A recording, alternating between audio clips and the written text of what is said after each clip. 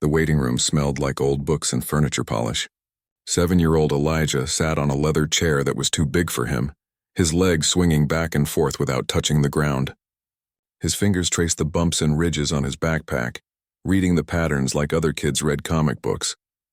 He couldn't see the fancy paintings on the walls or the certificates hanging in gold frames, but he could hear everything. The clock ticking on the wall, the receptionist typing on her keyboard, his mother's nervous breathing beside him. Grace reached over and squeezed her son's hand. She'd been saving money for 6 months to afford this evaluation at the Chamberlain Music Academy. Everyone said it was the best music school in the city, maybe in the whole state.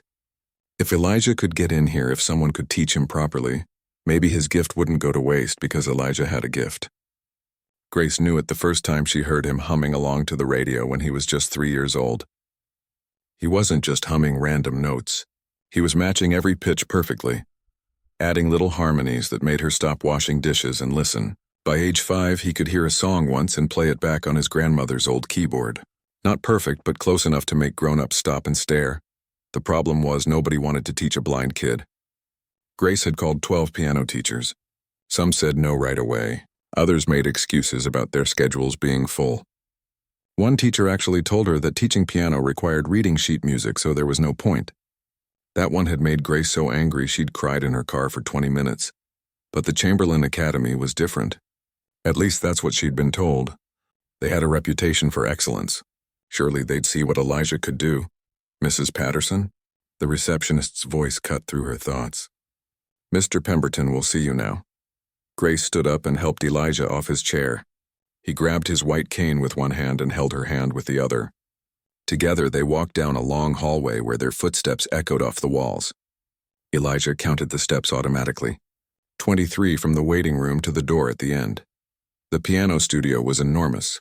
Elijah couldn't see it, but he could feel the space around him, hear how sound moved differently in a big room. And he could smell something wonderful, that rich, woody smell of a real piano. Not a cheap keyboard like at home. A real piano, you must be Elijah. The voice was deep and smooth like a radio announcer. I'm Mr. Pemberton. I teach piano here at the academy. Hello, sir, Elijah said quietly. Grace Patterson, his mother added, shaking the teacher's hand. Thank you so much for seeing us. Mr. Pemberton didn't waste time on small talk. I understand the boy has had no formal training. Is that correct? Well, no formal lessons, but he's been playing by ear for 2 years now. He taught himself mostly, and my mother showed him a few simple songs before she passed. I see. Mr. Pemberton's voice had an edge to it that Grace didn't like. And you're aware that this academy has certain standards. We typically accept students who already have a foundation in music theory and proper technique. I understand, sir. But if you could just hear him play, just once, I think you'll see he has real talent. There was a long pause. Grace heard the teacher's shoes clicking on the hardwood floor as he walked around them. She felt like he was inspecting them, judging them. She straightened her shoulders. She'd worked 2 jobs to buy Elijah a decent keyboard. She'd driven him to every free music event in the city just so he could hear live musicians. She had nothing to be ashamed of. Very well, Mr. Pemberton finally said. Elijah, come sit at the piano. Grace guided her son to the bench. Elijah reached out carefully, his fingers finding the smooth edge of the piano. He ran his hands along the keys, not pressing them yet, just feeling. The piano was huge compared to his little keyboard at home. His feet didn't even reach the pedals. Play something, Mr. Pemberton commanded. Elijah's hands were shaking a little. He could feel the teacher standing behind him waiting. His mom had told him this was important, that this could change everything. Don't mess up, he told himself. Just play like you do at home. He started with a simple melody his grandmother had taught him. Amazing Grace. His fingers found the notes slowly at first, then with more confidence. He added a few extra notes here and there, little decorations that felt right. He was just getting into it, starting to relax when Mr. Pemberton spoke. Stop.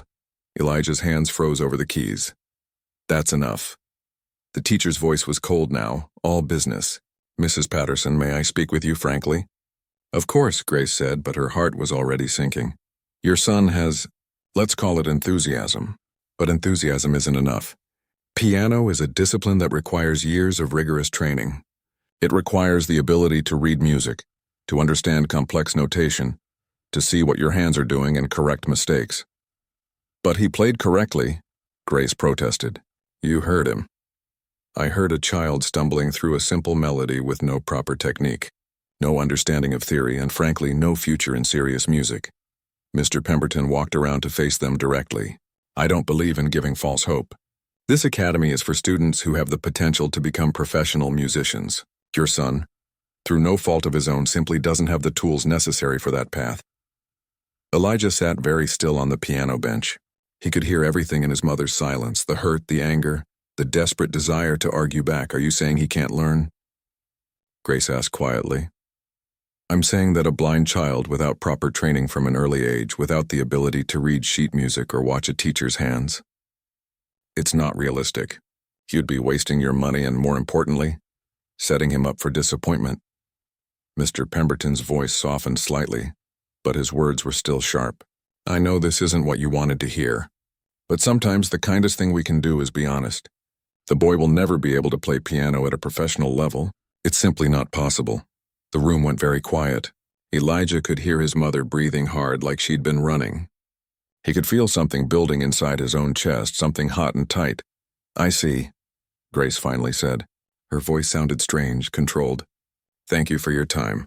She helped Elijah off the bench. He grabbed his cane and they walked toward the door. 23 steps back to the waiting room. Grace held his hand so tight it almost hurt. They didn't talk in the car. Grace drove in silence while Elijah stared out the window at shapes and shadows he couldn't quite see. The tears came later when they got home, but they weren't the tears anyone expected. Mom, Elijah said as they sat on the couch. Yes, baby? Can we find another teacher? Grace looked at her son, at his set jaw and determined eyes. She'd expected crying, maybe anger. Instead, she saw something that reminded her of herself when she was young and people told her she couldn't afford college, couldn't make it, couldn't succeed. Yes, she said, pulling him close. Yes, we can find another teacher. Because if Grace had learned anything in her 32 years, it was this. Some people see walls. Others see doors waiting to be opened. And her son, she was beginning to understand, saw the whole world differently than everyone else. Maybe that was exactly what music needed. Grace made 17 phone calls in 3 days. Every piano teacher in the phone book. Every music school within driving distance, even a few college students who advertised lessons on community boards at the grocery store. The answers were always the same: too busy, not equipped for special needs. Maybe try occupational therapy instead. By the 4th day, she was ready to give up. Elijah hadn't touched his keyboard since the meeting with Mr. Pemberton. He'd just sit in his room, listening to music on his headphones, not saying much. Grace had heard him crying once through the door, but when she went in, he pretended everything was fine. She was sitting at the kitchen table with a cold cup of coffee when her phone rang. It was her coworker, Patricia, from the hospital where Grace worked as a nurse. I heard about what happened with the music academy, Patricia said. That man sounds like a real piece of work. Yeah, well. Grace didn't want to talk about it. Listen, my neighbor might be able to help. She used to give piano lessons years ago. Taught my daughter when she was little. I don't know if she's still doing it, but I could ask. Grace felt a tiny flicker of hope, then squashed it down. Does she know anything about teaching blind kids? I don't know. But she's patient. And she actually cares about music, not just about being fancy. Her name's Vera Mitchell. Want me to get her number? 3 days later, Grace and Elijah stood outside an apartment building that had seen better days. The paint was peeling and someone had covered graffiti on the front door with more paint that didn't quite match. Grace checked the address twice. This couldn't be right. Is this it? Elijah asked, picking up on his mother's hesitation. Yeah, baby, this is it. They climbed 3 flights of stairs because the elevator had an out-of-order sign taped to it. The hallway smelled like someone was cooking curry, mixing with the chemical smell of the dry cleaner on the first floor. Grace found apartment 3C and knocked. The woman who opened the door was old. Really old. She had silver hair pulled back in a bun and wore a cardigan that had been mended at the elbows. Her hands were gnarled with arthritis, the knuckles swollen and bent. You must be Grace, she said. Her voice was warm with a slight rasp to it. And this is Elijah. Come in, come in. The apartment was tiny. A kitchen, a living room barely big enough for a couch, and probably a bedroom somewhere in the back. But what took up most of the living room was an old upright piano, scarred and scratched with yellowed keys and chipped wood. Vera saw Grace looking at it. She's not pretty, but she's got a good heart. Just like some of us, she laughed, a deep, throaty sound. Sit down. You want some tea? No, thank you. Grace perched on the edge of the couch. Ms. Mitchell, I should tell you up front we can't afford much. The academy wanted $200 a lesson, and I just... Vera waved her hand dismissively. Child, I charge what people can pay. Last week I taught a lesson for a plate of homemade tamales. Best payment I ever got. She turned to Elijah. Come here, young man. Let's talk. Elijah made his way over carefully. Vera guided him to sit beside her on the piano bench. Patricia told me what that fool at the academy said to you, that you'd never be able to play. Vera's voice was sharp with anger. You know what that tells me? It tells me he's forgotten what music actually is. What do you mean? Elijah asked quietly. Music isn't about reading dots on a page.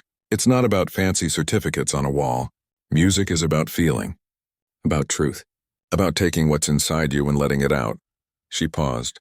Can you feel this? She played a chord on the piano. Then she took Elijah's hand and placed it flat on the piano's wooden side. She played the chord again. Elijah's eyes went wide. It's vibrating. I can feel it moving. That's right. Music isn't just something you hear. It's something you feel. In your bones, in your chest, in your fingers. Vera played another chord deeper this time. What does that one feel like? Sad, Elijah said immediately. Heavy. Good, now this one. She played something bright and dancing, happy, like jumping. Vera smiled. You've got it already and you don't even know it. Now put your hands on the keys. For the next hour, Vera didn't teach Elijah songs. She taught him about the piano itself, how it worked, how the hammers hit the strings, how certain keys related to each other. She had him feel the different textures of the black and white keys. She taught him to find middle C by counting from the left side of the keyboard. Most teachers start with reading music, Vera explained to Grace, who was watching from the couch. But music existed long before anyone wrote it down. Blind musicians have been playing for thousands of years. They just learn differently. Grace felt something loosening in her chest, something that had been tight since the academy. So you'll teach him? If he wants to learn, I'll teach him. Vera looked at Elijah. But I need to be honest with you, young man. It's going to be hard. Harder than for kids who can see. You'll have to practice more, remember more, work more. Some days you'll want to quit. Some days you'll hate this piano and hate me. Can you handle that? Elijah was quiet for a moment. Then he said, that man said I'd never be able to play. I want to prove him wrong. Vera's face broke into a huge grin. That's the spirit. But don't do it for him. Don't do it to prove anything to anyone. Do it because music is magic and you deserve to be a magician. They started lessons twice a week. Grace would bring Elijah after school, and Vera would work with him for an hour, sometimes longer if Elijah was on a roll. She never charged the same amount twice. Sometimes Grace paid $20. Sometimes she brought groceries. Once she fixed a leaky faucet in Vera's bathroom. The teaching method was unlike anything Grace had imagined. Vera had Elijah memorize patterns, not songs. She'd play a sequence of notes and have him repeat it. Then she'd move it to different parts of the keyboard. She taught him to think in shapes and feelings rather than in written notes. Your fingers need to remember the distance between keys, she'd say. This interval feels like coming home. This one feels like asking a question. This one feels like an answer. She taught him rhythm by having him clap and stomp. She taught him dynamics by having him whisper and shout. She made up songs about music theory, silly rhymes that helped him remember which chords went together. And she was strict. When Elijah got lazy or sloppy, Vera would stop him immediately. Again, she'd say, slower this time. Feel it. She made him repeat passages 50 times if that's what it took. At home, Elijah practiced on his keyboard for hours. Grace would hear him late at night, working on the same scale over and over or trying to figure out a melody he'd heard on the radio. His fingers started to toughen up. He stopped having to think about where the keys were. His hands just knew. 3 months into lessons, something shifted. Elijah was working on a simple piece Vera had taught him, and suddenly his hands took off on their own, adding notes Vera had never taught him, creating harmonies that shouldn't have worked but did. Vera sat back and listened, her eyes getting misty. When Elijah finished, he turned toward her, anxious. Was that wrong? I know I wasn't supposed to add stuff, but it just felt right. Baby, Vera said softly, that wasn't wrong. That was you finding your voice. That's what I've been waiting for. She looked at Grace, who was standing in the doorway with tears running down her face. "Your boy has a gift. A real one. He doesn't just play music. He understands it. In a way I've never seen before." "What does that mean?" Grace asked. Vera turned back to Elijah. "It means we need to step up the training. It means you're going to work harder than you've ever worked, because you're not just learning piano anymore." She paused. "You're learning to speak a language most people will never understand, and the world needs to hear what you have to say." Elijah nodded slowly. "I'm ready," and he was. For the next 2 years, Elijah practiced 6 hours a day, before school, after school, on weekends. His fingers bled sometimes from the repetition. He had calluses on his fingertips that made Grace wince, but he never complained. Not once. Vera pushed him harder than any teacher should probably push a 9-year-old kid, but she also showed him the beauty in what they were building.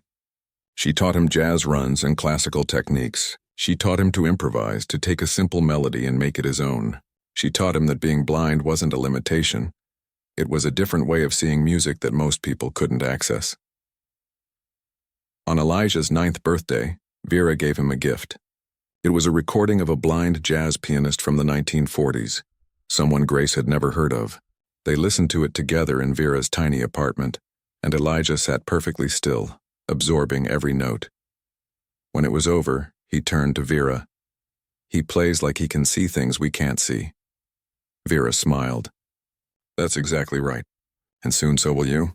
She had no idea how right she was, because in just a few weeks something would happen that would change everything. A cousin with a cell phone, a family gathering, and 30 seconds of video that would make the whole world finally listen. The family reunion was at Uncle Raymond's house, which meant a crowded living room full of relatives Elijah only saw once a year. Aunts pinching his cheeks. Cousins running around screaming. The smell of fried chicken and mac and cheese coming from the kitchen. It was loud and chaotic, and Elijah usually found a quiet corner to sit in until it was time to go home. But this year was different. Uncle Raymond had just bought a piano. Not a fancy one, just an old upright he'd gotten from someone on Craigslist. It was out of tune and missing a key, but it was a piano, and everyone knew Elijah played now. "Come on, Elijah," his Aunt Denise called out. "Play something for us. Show off all that practice you've been doing." Elijah felt his face get hot. He didn't like performing in front of people. At Vera's apartment, it was just him and her, and sometimes his mom. That felt safe. This felt like everyone was staring at him, waiting for him to mess up. "Go ahead, baby," Grace said softly, guiding him to the piano bench. "Just play what you feel." Elijah sat down and found middle C. The piano was terrible, the keys sticky and uneven. But a piano was a piano. He took a deep breath and started to play. He didn't play one of the simple pieces Vera had taught him. Instead, he started with something he'd been working on by himself. A mix of a classical piece he'd heard on the radio and a gospel song they'd sung at church last Sunday. His fingers moved faster, adding jazz runs, playing with the rhythm, making the broken piano sound better than it had any right to sound. The room got quiet. The cousins stopped running around. The adults stopped talking. Even the TV got turned off. Everyone just listened. Elijah got lost in it the way he always did when the music was working. He forgot about the crowd, forgot about being nervous. His hands knew what to do. They always knew. The music poured out of him like water, changing and flowing, sometimes soft and sweet, sometimes bold and powerful. When he finished, there was silence for a moment. Then everyone started clapping and cheering. What Elijah didn't know was that his cousin Devin had been recording the whole thing on his phone. Devin was 17 and always had his phone out, recording everything. He thought the video was cool, so he posted it on social media before the family even sat down to eat. The caption was simple. "My 9-year-old cousin is blind and taught himself to play piano. This kid is incredible." Devin didn't think much about it. He posted stuff all the time. Usually his videos got maybe 20 views, mostly from his friends. He put his phone away and went to get some chicken, but something was happening. Something strange and unexpected. The video started getting views. A lot of views. 10, 50, 100. Devin checked his phone an hour later and it was at 5,000. By the time the family reunion ended, it was at 50,000. "Yo, Aunt Grace," Devin said as they were packing up leftovers. "I think Elijah's video is going viral." Grace didn't really understand what that meant. She was 45 and didn't spend much time on social media. That's nice, honey. No, I mean really viral, like people everywhere are watching it. By the time Grace and Elijah got home that night, the video had been viewed 2 million times. Grace's phone started ringing and didn't stop. Text messages from people she hadn't talked to in years. Friend requests from strangers. Her email inbox was flooded. At first, Grace thought there was some kind of mistake, but when she finally got Devin on the phone, he explained what was happening. The video was everywhere. People were sharing it, commenting on it, talking about it. Music pages, news pages, even celebrities were posting about it. Grace sat down on the couch, her hands shaking. "Read me some of the comments," she told Devin. "Okay, this made me cry. This child is touched by God. I've been playing piano for 20 years and I can't do this. Someone needs to get this kid a record deal." Devin kept scrolling. "Aunt Grace, there are thousands of comments. Tens of thousands. Everyone loves him." Elijah was listening from his room. He could hear his mother's voice, high and stressed. He came out, his white cane tapping. "Mom, what's going on?" Grace pulled him onto the couch and tried to explain. A video. Millions of people watching. The whole world suddenly knew who he was. Elijah didn't understand at first. "But it was just a family party. I was just playing around, I know, baby. But people think you're amazing." The next morning, it got even crazier. The video had hit 30 million views. News websites were writing articles about the blind piano prodigy. Morning talk shows wanted to interview him. A producer from a major record label called Grace's phone 6 times before she finally answered. Grace didn't know what to do. This was too big, too fast. She called Vera. "Turn off your phone and come over," Vera said immediately. "Both of you. Now." When they got to Vera's apartment, she made tea and sat them down. "Tell me everything." Grace explained about the video, the views, the calls and emails and messages. "There are reporters outside our apartment building." "Our apartment building, Vera, people with cameras." Vera listened quietly, her face serious. "And what do you want to do?" "I don't know. This is crazy. Yesterday we were just normal. Today everyone's calling Elijah a genius, offering money, wanting him on TV." Grace rubbed her face. "What if this ruins him? What if all this attention messes him up? What about you, Elijah?" Vera turned to him. "How do you feel about all this?" Elijah had been quiet, taking it all in. "I don't feel like a genius. I just feel like me. I just played piano like I always do." "Exactly," Vera said. "And that's what you need to remember. None of this changes who you are. You're still the same boy who came to my apartment and learned to feel music. Fame doesn't make you a better musician. It just means more people are listening. So what should we do?" Grace asked. Vera thought for a moment. "First, you take a breath. Second, you be very, very careful about who you trust. There are going to be a lot of people who want to use Elijah now. Agents, managers, producers, some of them will care about him. Most of them will just see dollar signs." She paused. "But there will also be real opportunities. Good ones. Chances for Elijah to share his gift with people who need to hear it." Over the next week, the video kept growing. 40 million views. 50 million. News crews came to their neighborhood. Grace had to take time off work to deal with it all. Vera helped them sort through the offers and opportunities, telling them which ones were legitimate and which ones were trying to take advantage. The music world started paying attention in a serious way.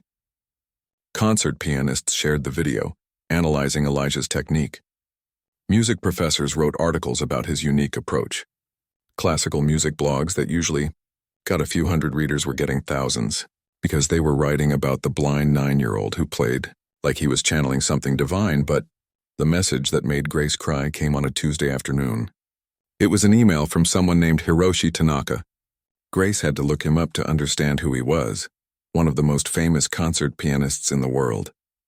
He'd played at Carnegie Hall, the Royal Albert Hall, with orchestras all over the globe. His email was short. "I have watched your son's video 17 times. He does not simply play the piano. He speaks a language that I have spent my entire life trying to learn. I am coming to your city next month for a concert. I would be honored to meet him." Grace read the email 3 times before she believed it was real. She called Vera, her voice shaking. "One of the most famous pianists in the world wants to meet Elijah."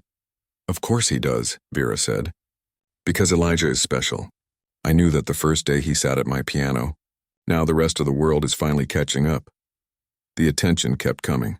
A famous producer offered to work with Elijah on an album. A documentary filmmaker wanted to make a movie about his life. A children's hospital asked if he would come play for the kids. That one Grace said yes to immediately. But the offer that changed everything came from an unexpected place. The Chamberlain Music Academy, the same place that had rejected Elijah 2 years ago, sent a formal letter. They wanted to invite Elijah to perform at their annual gala, a celebration of young talent, an inspiration to their students. Grace read the letter out loud to Vera, her voice dripping with sarcasm.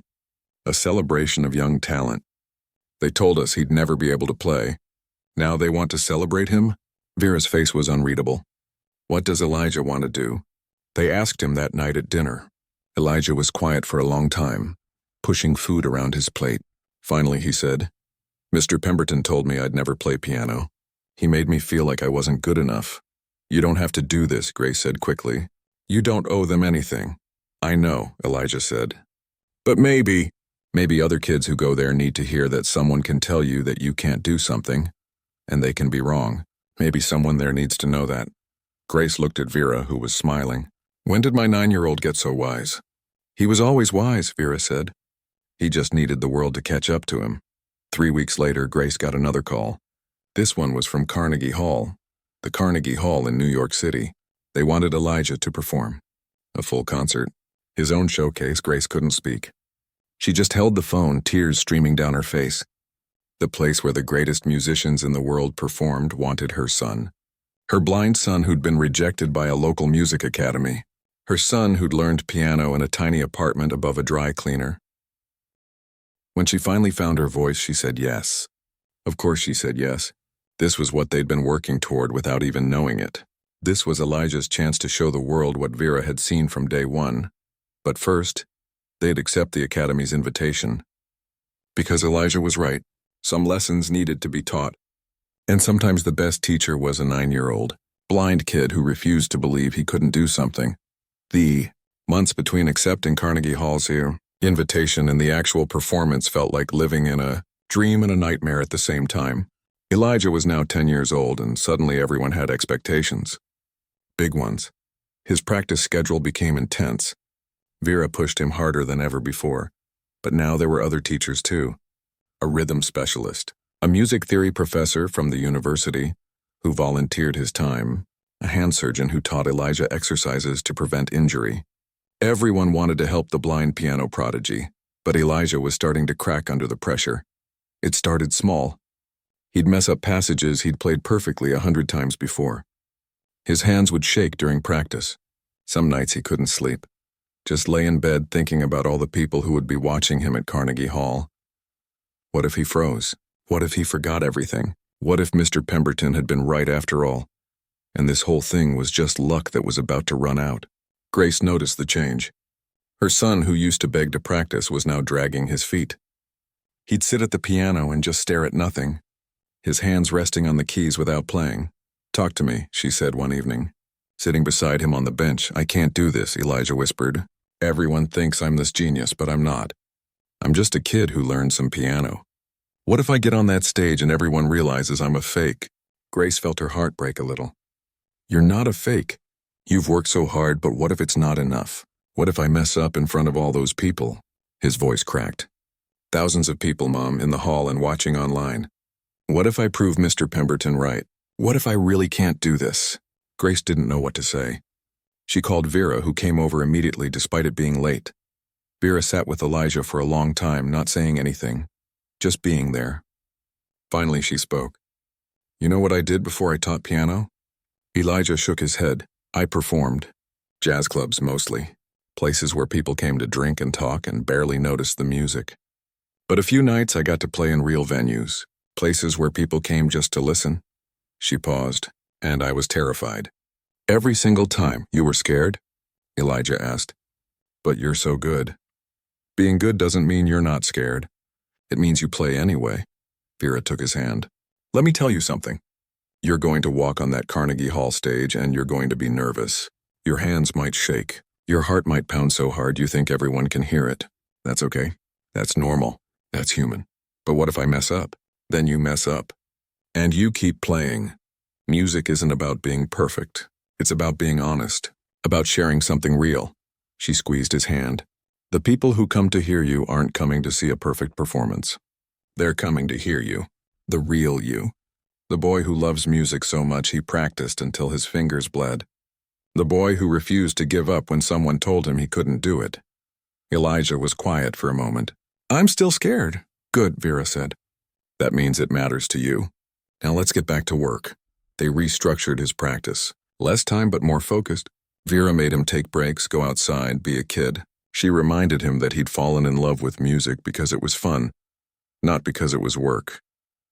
Slowly, Elijah started to find his rhythm again. The joy came back. He remembered why he wanted to play in the first place.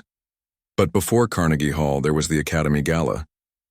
The place where this had all started, where Mr. Pemberton had told him he'd never be able to play. The night of the gala, Grace helped Elijah into a suit. It was the first suit he'd ever worn, and he kept tugging at the tie. Do I have to wear this? Yes, Grace said, but she was smiling. You look handsome. Vera met them at the academy. The building looked different at night, all lit up, fancy cars pulling up front. Grace felt out of place in her department store dress, but Vera squeezed her arm. Hold your head up. Your son earned this. Inside, the academy was packed. Parents in expensive clothes, students in concert attire, and a lot of people with cameras. The viral video had made this event a much bigger deal than it normally was. News crews were setting up in the back. The local paper had sent a photographer. Mr. Pemberton was there, of course. He was the one who had to introduce Elijah. Grace saw him across the room, looking uncomfortable. Good, she thought. Let him squirm. Elijah was led to a room to wait before his performance. Other students were performing first, showing off their technical skills on difficult classical pieces. They were good. Really good. Kids who'd been training at this academy for years, who had every advantage. Grace could feel Elijah tensing up beside her. They're so good, he whispered. They're well-trained, Vera corrected. That's different from what you have. Finally, it was time. Mr. Pemberton walked onto the stage and the audience quieted down. He cleared his throat, looking like he'd rather be anywhere else. Our final performance tonight is by a student who is not enrolled here at the academy. His voice was stiff, formal, but whose story has captured the attention of many. Ladies and gentlemen, Elijah Patterson. The applause was polite but confused. Grace could see people whispering, looking at their programs. Some had probably come just to see the blind kid from the viral video. Elijah walked onto the stage with his cane, and Grace saw some people lean forward in their seats. He found the piano bench, sat down, adjusted his position. The room was dead silent. He placed his hands on the keys. And then he just sat there, 5 seconds, 10 seconds, 15. Grace felt panic rising in her chest. Was he frozen? Had the pressure gotten to him? Then Elijah turned slightly toward the audience. When I came here 2 years ago, I was told I'd never be able to play piano. That being blind made it impossible. His voice was small but clear in the silent hall. I wanted to come back tonight to say thank you. Someone in the audience gasped. Grace saw Mr. Pemberton's face go red. Thank you, Elijah continued. Because being told I couldn't do something made me want to prove that I could. It made me work harder. It made me find teachers who believed in me. He paused, and it taught me that when someone tells you that you can't do something, sometimes they're really just telling you about their own limits, not yours. Then he started to play. He opened with something soft, gentle, a simple melody that grew and built into something complex and beautiful. Then he shifted into jazz, his hands dancing across the keys, then classical, powerful, and precise. He was showing them everything he could do, every style he'd learned, every technique he'd mastered. But more than that, he was showing them his heart. The music was alive, breathing, full of emotion. It was angry sometimes, defiant. Other times it was joyful, triumphant. It told a story of a kid who'd been knocked down and got back up. A kid who'd been told he wasn't good enough and decided to prove otherwise. Grace watched the audience. Some people were crying. Others were completely still, mesmerized. She saw music students staring with their mouths open. She saw parents gripping their seats. And she saw Mr. Pemberton standing at the side of the stage, his face pale. When Elijah finished, there was a moment of complete silence. Then the room exploded. People stood up, applauding, cheering. It wasn't polite academy applause anymore. It was real. It was overwhelmed. It was people recognizing that they'd just witnessed something extraordinary. Elijah stood and bowed, his face flushed. Grace rushed to the stage, Vera right behind her. They hugged him, both of them crying. As they were leaving, Mr. Pemberton approached. He looked like he'd aged 10 years in one night. "Mrs. Patterson, I owe you and your son an apology." Grace looked at him. Part of her wanted to tell him off, to let him know how much he'd hurt them, but Elijah spoke first. "It's okay," he said quietly. "You were wrong, but it's okay. I'm not angry anymore." They left the academy that night with Elijah walking taller than Grace had ever seen him. The local news interviewed them outside. More videos were posted online. The comments flooded in again, but the biggest thing happened 3 days later. Hiroshi Tanaka, the famous pianist who'd emailed them months ago, called Grace personally. "I was at the Academy Gala," he said. "I came in disguise because I wanted to see Elijah play without the pressure of knowing I was there." "Oh," Grace said, surprised. "Mrs. Patterson, your son is the real thing. What he has cannot be taught. I would like to mentor him if you'll allow it. Not to change what he does, but to help him refine it, to guide him as he prepares for Carnegie Hall and beyond." Grace could barely breathe. "You want to mentor my son?" "It would be my honor," Tanaka said. "He reminds me why I fell in love with music in the first place. He plays like music is still magic. Most of us forget that after years of training." When Grace told Elijah, he was quiet for a long time. Then he asked, "Does this mean Carnegie Hall is really happening?" "Yes, baby," Grace said. "It's really happening." Elijah nodded slowly. The fear was still there. The pressure was still there. But something had changed at the Academy Gala. He'd faced the place that had rejected him and proven he belonged. Now he just had to do it again on the biggest stage in the world. 4 months. That's all the time he had left. 4 months to prepare for the performance that would define his life. The morning of Carnegie Hall, Elijah threw up twice. His hands were shaking so badly he couldn't button his shirt. Grace had to do it for him, her own hands trembling. "I can't do this," Elijah said for the 100th time. "Mom, I really can't." "You can," Grace said, trying to sound more confident than she felt. "You've been preparing for months. You know this music inside and out. That's not the problem." Elijah's voice cracked. "What if I get out there and my hands just stop working? What if my mind goes blank?" Vera arrived at their hotel room with tea and toast. She'd made the trip to New York with them, though the travel had been hard on her 86-year-old body. "Eat," she commanded. "Can't play piano on an empty stomach." Hiroshi Tanaka came by an hour before the performance. In the 4 months he'd worked with Elijah, he'd become more than a mentor. He'd become family. "Walk with me," he said to Elijah. They went down to the street, just the two of them. New York was loud and chaotic, but somehow that helped. It reminded Elijah that the world was bigger than one piano on one stage. "I want to tell you something," Tanaka said as they walked. "When I was 12, I played my first major concert in Tokyo. I was so nervous that I fainted backstage. They had to delay the show for 20 minutes while I recovered." "Really?" Elijah asked. "Really. And you know what I learned? The fear never completely goes away. Even now, after 50 years of performing, I still get nervous before every show." He paused. "But here's the secret. The fear means you care. It means this matters to you. The day you stop being afraid is the day you stop putting your heart into it." They walked in silence for a bit. Then Tanaka said, "Tonight thousands of people will be in that hall. Millions more will watch online. But you're not playing for them. You're playing for that 7-year-old boy who was told he'd never be able to play. You're playing for every person who's been told they're not good enough. And you're playing for the music itself because music deserves to be heard." Elijah nodded slowly. "I think I understand." "Good, now let's get you to the hall. We have history to make." Carnegie Hall was massive. The lobby was packed with people in formal attire. Photographers, journalists, and fans who'd been following Elijah's story since the viral video. Security had to escort them through a side entrance just to avoid the crowds. Backstage, Grace helped Elijah into his concert clothes. Her hands were steadier now. She'd cried all her tears that morning. Now she just felt a strange calm, like they'd already crossed some invisible finish line just by getting here. "Your grandmother would be so proud," she whispered, fixing his collar. "She always knew you were special." Elijah hugged her tight. "I love you, Mom. I love you too, baby. Now go show them what you can do." The stage manager came to get him. "5 minutes, Elijah." Those 5 minutes felt like 5 hours and 5 seconds at the same time. Elijah stood in the wings, listening to the crowd settle down. He could hear the rustle of programs, quiet conversations, the scrape of chairs. Somewhere out there in that massive hall were Grace and Vera and Tanaka. Somewhere out there were music critics and famous pianists and probably Mr. Pemberton too, though Elijah tried not to think about that. The lights dimmed. The crowd went quiet. The announcer's voice filled the hall. "Ladies and gentlemen, please welcome Elijah Patterson." Elijah walked onto the stage with his cane.